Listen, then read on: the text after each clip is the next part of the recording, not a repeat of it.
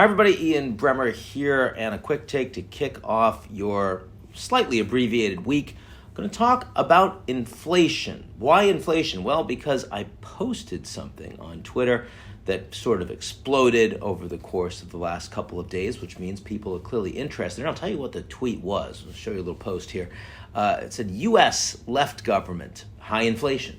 UK, right government, high inflation. Germany, centrist government, high inflation. Italy, everyone in government, high inflation.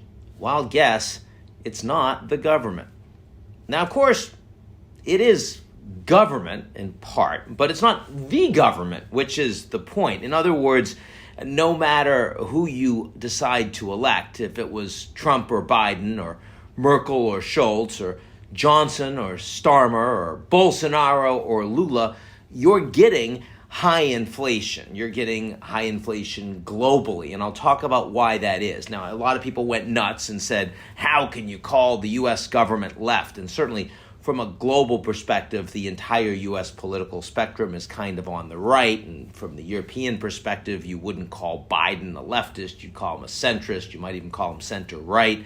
Of course, Fox News on Primetime calls Biden and the Democrats a bunch of socialists, and if I said that the U.S. was a left government and a right government, then everybody in the U.S. explodes. So it just shows how divided and screwed up everybody generally is anyway. But leaving that all aside, the point is the point, and it's an important point, which is that we are so divided in the United States and globally that when something that really upsets us happens that we haven't seen in over a generation, which is persistent levels of very high inflation, we get really angry and we want to blame the government and blame the government hard.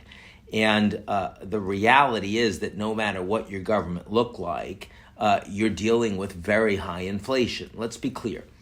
This is a global inflation shock. The economic disruption hit everybody. First, with the pandemic, because COVID destroyed global supply chains, seized up the global economy.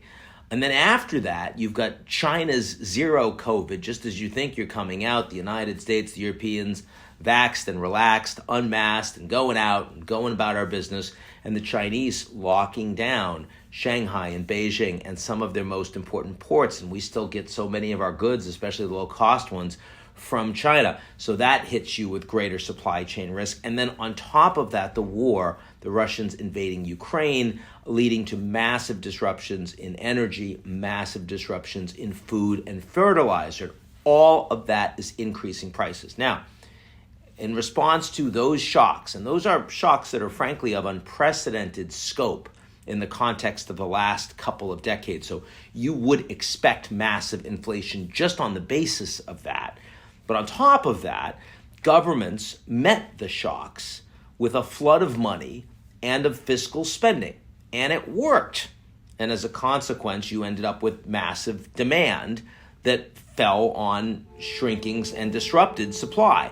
Now, this shock is being felt very differently in different regions around the world. So, for example, in Europe, you're seeing it particularly in high energy prices because of their dependence on Russia for oil and gas, vastly more so than the United States or really anybody else. And that's really hitting the Europeans harder. It's one of the reasons why French inflation, while high, is not as high as Germany and Italy and the UK, because the French actually are much more reliant on domestic nuclear energy as an energy source. Didn't stop Macron from getting hit really badly, though, in elections over this weekend, being blamed for how badly their economy is performing. In the United Kingdom, it's also a weak currency that's helping driving inflation up even higher than it is in the United States. In the United States, supply chains are a very big piece, though also the size of fiscal expansion under Trump and under Biden is a big piece of it. In emerging markets, the food crisis is the bigger piece, as well as protectionist response in a lot of those countries. But everyone is facing their variant, and all of these pieces are coming together. Now, it's very easy to criticize the United States now for doing too much fiscal spending, particularly in 2020, and we heard that from Larry Summers, and that the Fed started too late to tighten. But we should first of all remember that fiscal expansion is one of the very few things that Democrats and Republicans over the last two administrations have strongly agreed on. I mean, massive deficits being run, massive expansions in spending in the Trump White House and in the Biden White House. This was not a country that was concerned about trying to keep debt levels down. Also, you want to talk about monetary policy. The one person that Trump and Biden agree on was Powell, the Fed chair. And so, I mean, obviously, you're getting consistency in terms of policy from the Fed, the monetary response. In countries, advanced industrial economies around the world, central banks are, pretty independent from governments. In some cases, a little less so, but nonetheless, much more so than other members of cabinet. You experience that in the United States, and this is the nature of the response. But we should also not forget the uncertainty, the fear, the massive swings that have been occurring in supply and demand, and that we all really were feeling our way when the pandemic hit in a dark room and trying not to break too much furniture, trying to make sure this wasn't just a bailout for elites and big business. This was a bailout for everybody, for average citizens that would be hit by unemployment really, really badly. And so, yes, you erred on the side of more stimulus and more expansion that created more of a V-shaped economic recovery, which I think at the time everybody was breathing a collective sigh of relief. Now, inflation is going to come down as a consequence of this because these shocks are not going to be permanent.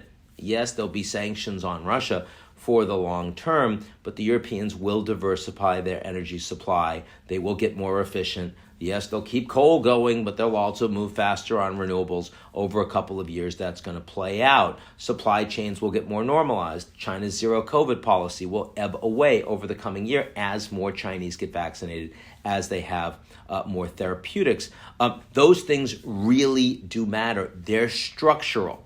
But of course, inflation is at least as much a political phenomenon as it is economic. It creates an enormous amount of economic insecurity, and leaders get blamed because they're in charge irrespective of what the causes are. So I understand it, even though there's not necessarily a lot that anyone right now can do in the nearest term to really affect it. I mean, I think that there's a good chance that Biden announces some kind of tariff relief vis-a-vis China. He's been dragging his feet on it because he doesn't want to seem soft on China, but he knows that would actually reduce levels of inflation in the United States, which are making him very unpopular.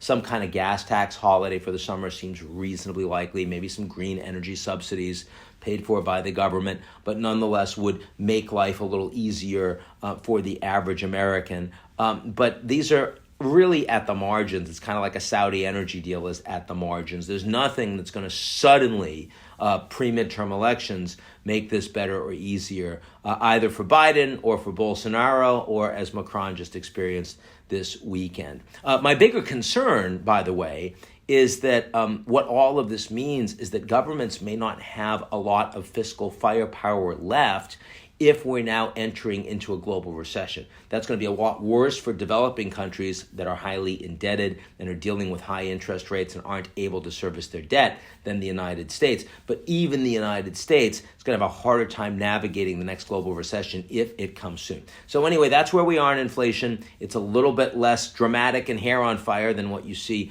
on cable or on social media, but that's why you're here. I hope everyone's well, and I'll talk to y'all real soon.